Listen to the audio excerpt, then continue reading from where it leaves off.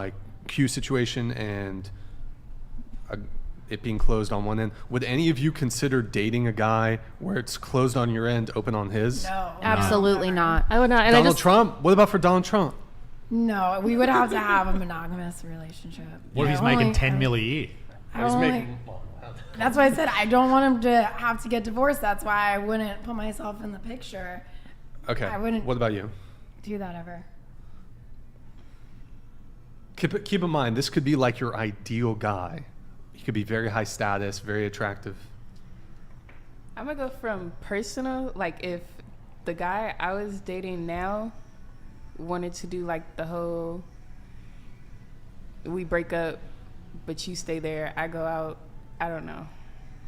Like I can't. Sure. I don't know. I wouldn't. Monogamy would be a core value for me. And Okay. just on the double standard, I would also offer up that there are women out there who have multiple male partners, and the male Yep. partners are monogamous to them. So, I don't think there's anything wrong with double standards as long as everyone agrees. Okay. No, I wouldn't want to do that. Personally, would not be my ideal man if he would not be monogamous to me. Alex? Absolutely. Donald Trump? Absolutely not. Huh? She's scarred. No, I just that's disgusting. And also, I would lose attraction for a guy if I wasn't like the only woman in his life. Like if I really liked him and he was my ideal 10 out of 10 guy or whatever, but if he was talking to other girls besides me and I knew I was an option, I would lose attraction for him. You know, one of the interesting things that I love about this is you asking them what they think they would do. And I always say women don't honestly know what they would do until they're actually in the situation, and their emotions, the emotionally charged variables that factor into that equation are actually present. I think I know what I would do in this situation. You can say what you would do on the outside looking in until you're actually in the situation. I don't think any of you have ever been in the situation. You've never You're been acting like this is Sophie's choice. Like I would never be attracted to a guy who's talking to other girls. No, I'm saying that because I'm also a relationship coach, and I see women all the time who say one thing and actually do another in reality. And that's most of the women that I deal with. Women love saying what they would or wouldn't do. As I say, you're on the outside looking in. You're not in love. You don't know how you feel. You're not overwhelmed with the feelings that you have for that guy. You don't know that. None of you do. You can't say that. You can say what you think you wouldn't do until you're actually in the situation, and there are circumstances to where you start to rationalize, you start to tell yourself, well, maybe I can change his mind, or maybe it's me, maybe it's something that I can do. There are all kind of things that women go through that they tell themselves emotionally when they're caught up, and that's how so many women end up caught up. That's how women end up talking about fuck boys. That's how they end up talking about, oh, this guy did me wrong, because a lot of the times those women are caught in situations because they're slaves to their emotions, and women are often slaves to their emotions. When you're not emotionally present in what I'm saying, then yeah, you could say, nah, I wouldn't do that. I absolutely wouldn't do that. But if we're talking about, do you want to go first? Go ahead. If we're talking about non-monogamous relationships, 92% of non-monogamous relationships fail, and it's because one of the reasons is because it's not a mutual decision. And Well, you saying relationships? I'm not talking about relationships. Well, that's what we're just talking about. Yeah, you talking about like being in a committed relationship, dating a guy. I'm talking about if a guy is dating you and he's dating multiple women, but y'all aren't committed to one another. Yeah, exactly. That's what I'm about to say, because it's never a mutual decision, and a lot of the women that are going into non-monogamous relationships that are initiated by the man just feel like they have to say yes because they're too scared to lose. You know what else women say they wouldn't do? They say they wouldn't stay if they got cheated on. So you're saying women are driven by their emotions a lot. So in that case, wouldn't you, as a relationship coach, try to coach women on understanding what their boundaries are and sticking with them? Who said I didn't? I didn't. I'm just asking. You asked that question, and that question is already on the presupposition that I don't. Okay, so then open question then. I absolutely do.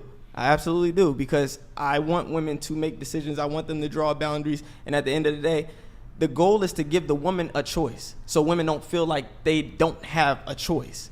That's why you're open, honest, and transparent. That's why you say, hey, this is what the situation is. This is what's going on. This is what I want. You can do what you want, or you can tell me that you want to conform to what I'm doing, and you leave the decision up to her. Women feel, but the feelings of malice come from feeling betrayed, feeling lied to, feeling like they didn't have a choice. So what do? You eliminate those feelings. You eliminate the feeling of betrayal. You eliminate the feeling of they don't have a choice.